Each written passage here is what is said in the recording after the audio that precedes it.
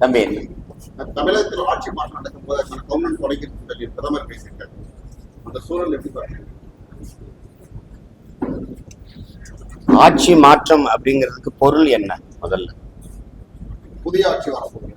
அதான் புதிய ஆட்சிங்கிறது வார்த்தை அண்ணன் கேட்கறது. ஆட்சி மாற்றம் அப்படிங்கிறது பொருள் என்ன? புதிய அப்படிங்கிறதுனுடைய விளக்கம் என்ன? புதிய ஆட்சி அப்படி என்ன? புதிய ஆட்சி, அந்த ஆட்சியில ஊழல் லஞ்சம் இருக்குமா இருக்காது? கொலை கொள்ளை பாலியல் வன்கொடுமை இருக்குமா இருக்காது? அந்த ஆட்சியில இந்த மாதிரி இந்த சாராய கடைகள் இருக்குமா இல்ல மூடப்படுமா?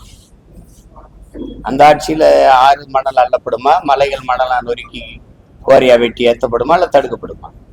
நிலத்தின் வளங்கள் எல்லாம் கொள்ளையடிக்கப்படுமா இல்ல பாதுகாக்கப்படுமா? என்ன செய்யப்படும்? கல்வியின் தரம் அப்படியே உயர்ந்துருமா? தனியார் முதலாளிகளுக்கு இணையான தரத்துல அரசு குடிகளுக்கு கல்வியை கொடுத்துருமா? தனியார் மருத்துவமனை அப்போலோ ராமச்சந்திரா, எம்ஜி ராமச்சந்திரா அல்லது காவிரிக்கு இணையான மருத்துவத்தை தாத்தா பேர்ல எம்ஜி இது ஓமந்தூரார் பேர்ல இருக்க அரசு மருத்துவமனையில் தரத்தை உயர்த்திடுமா? இல்லை, என்ன நடந்துரும்? புதிய ஆட்சினா என்ன ஆட்சி? பசி இல்லாத மக்கள் உறங்க போவாங்களா?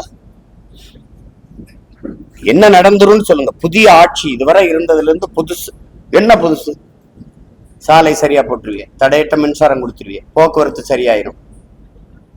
என்ன இங்க பெண்களுக்கு மட்டும் இலவச பஸ் பாஸ், நீங்க ஆண்களுக்கு இலவச பஸ் பாஸ், மொத்தமா பஸ்ஸை சும்மா ஓட்டுவீங்க. கண்டக்டர் காசு, டிரைவர் காசு யாரு எங்க சொத்தை வித்துட்டு வந்து கொடுப்பீங்களா? எங்க கிட்ட இருந்து எடுத்து கொடுப்பீங்களா? இதெல்லாம் என்ன? இதெல்லாம் இது ஒரு ஆட்சி, இது ஒரு ஆட்சி மாற்றம். இதுல என்ன ஆட்சி மாறி என்ன ஆகுது? போன தடவை இவர்தான் இருந்தார் ஐயா, எடப்பாடி ஐயா. இப்ப இந்த தடவை இருக்கிறவங்க திருப்பி ஆளை மாத்தி மாத்தி உட்கார வைப்பீங்க. ஆட்சி முறை மாறுமா?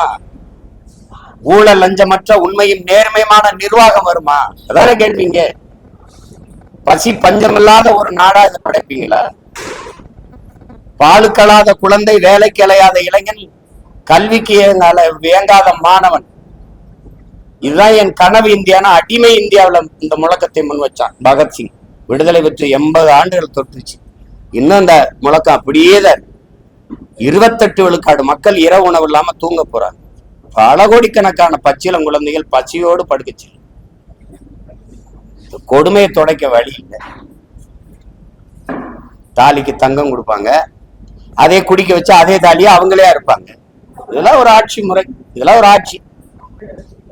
போய்கிட்டே இருக்கும்போது பேருந்து சக்கரம் கலந்து ஓடும். இந்த பஸ் ஓசியா ஓடனா இல்ல காயிலாங்கலையில போடக்கூடிய பல இரும்பையில பஸ் ஓட்டிக்கிட்டு இவங்க பண்ற பாடு.